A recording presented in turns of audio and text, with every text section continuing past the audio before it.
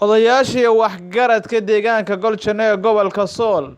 oo wehelinaya xildhibaan Caawil Ismaaciil Faarax oo kamid ah xildhibaanada golaha deegaanka ee degmada Laascaanood ee ka soo jeeda deegaanka Golshane ee gobolka Sool ayaa maanta si wada jir ah u dhagax dhigay saldhig bileys ay yeelan doonto deegaanka Golshane ee gobolka Sool.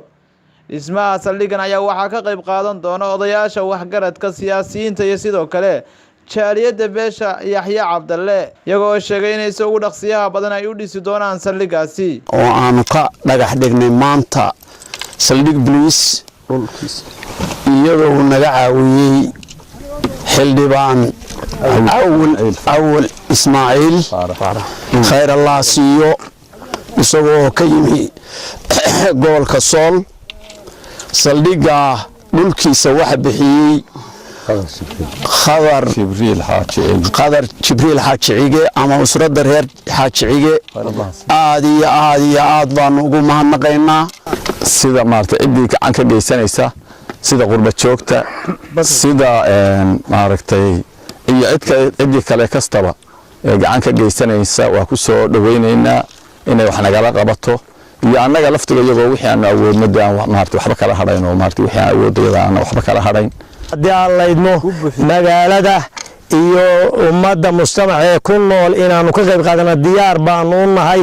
xoog sidii mashaariicda aanu u fulin lahayn waxaanu aad iyo aad idinku celcelinaynaa nala soo qaata mashaariicda fulinteeda iyo qabanqaabadeedaba sidaa daraadeed baanu isla qaadanay iyadoo ay naga caawinayaan jahliyada Yaxye iyo xildhibaanka yaga Caawil oo laga yimi gobolka waad arkaysaan waa dhagax dhigaynaa waxaanu leenahay maamulka Soomaaliland oo hadda aanu ka tirsanahay in uu naga caawiyo si degdeg ah nooga caawiyo xaq ciidan haday tahay oo amniga ah sida dhulkiina waka magaalada aragtaan baaxadda leh dadka ku nool afarteeda kuna barakacayaal baa yaala iyaduna magaalo ballaaran weeye hadeer dadka ku nool iyo shacabka lama qiyaasi karo jooga meesha dadkaasina ma amni la'aan karaan waxaan aad iyo aad ugu celcelinaynaa amniga cid kasta wax ka qaban kartaa ay in amniga magaalada wax qabadkiisa loogu qabto anagu dhulkii baanu bixinay magaaladu waa magaalo ballaaran aad iyo aad u baaxad badan sida wadaasha hore Xuseen dad badan baa ku nool dadkaas shacab ay u badan yihiin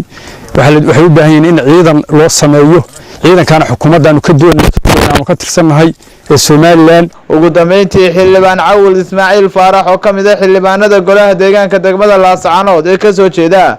degmada Golshane ee gobolka Sool ayaa halkaasi ka hadlay isagoo u digay cid kasto carqaladeynaysa nabadda deegaanka Golshane ee gobolka Sool sidoo kalena ay baahi weyn u qabeen deegaankaasi saldhig bileys halkan waxaanu ka dhagax dhignay dhul ay bixiyeen nooguna yeereen inay dhulka bixinayaan odayaasha iyo guddiga deegaanku dhulkaas oo ay u codsanayaan in looga dhiso saldhig booliis maamulka Soomaaliland inuu dhiso dhulkii iyaga bixiyay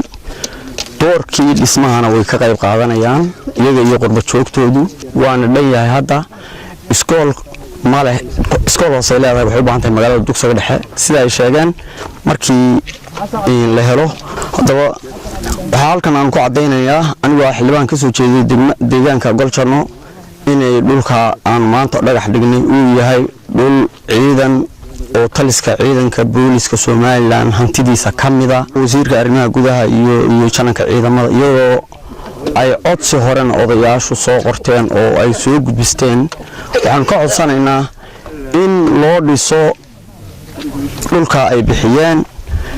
in loo qarameeyo ciidan tayale oo deegaanka ballaaran ee 2000 qoys ee barakacayaasha u badan ay hadda soo degeen Maxamuud Aadan Askar Maxamuud Guray Soomaali TV Laascaanood.